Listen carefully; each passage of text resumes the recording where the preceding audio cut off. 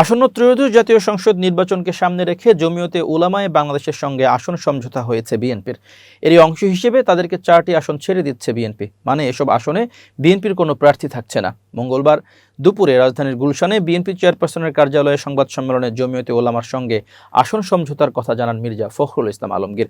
যেসব আসনে ছাড় দেওয়ার ব্যাপারে সমঝোতা হয়েছে সেগুলোর মধ্যে সিলেট 5 আসনে জমিয়তে উলামায়ে ইসলাম বাংলাদেশের আমির ওবায়দুল্লাহ ফারুক, নীলফামারী 1 এ দলটির মহাসচিব মঞ্জুরুল ইসলাম আফেন্দি, ব্রাহ্মণবাড়িয়া 2 আসনে জোনায়েদ আল হাবিব এবং মনির হোসেন কাসেমি নারায়ণগঞ্জ 4 আসন থেকে প্রার্থী হবেন।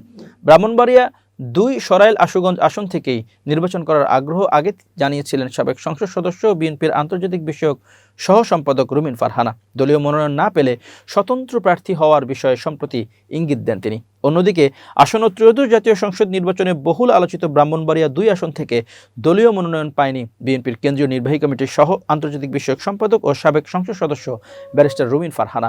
তবে তিনি স্বতন্ত্র প্রার্থী হিসেবে নির্বাচনে অংশগ্রহণ করার ঘোষণা দিয়েছেন। এমনকি মনোনয়ন কেনার আগেই পদত্যাগ করবে বলে তিনি জানান। মঙ্গলবার 23 ডিসেম্বর বিকেলে মোবাইল ফোনে বিষয়টি নিশ্চিত করেছেন তিনি। রুমিন ফারহানা বলেন, ব্রাহ্মণবাড়িয়া 2 আসন থেকে আমি নির্বাচন করব। রুমিন ফারহানা বলেন, এত বড় দল, তাদের ভালো মন্দ দেখতে হয়। যেহেতু জমিয়তে উলামায়ের সঙ্গে তারা জোট করেছে, আসন না দিলে কেমন করে জোট হবে? দল বাধ্য হয়ে তাদের আসন দিয়েছে।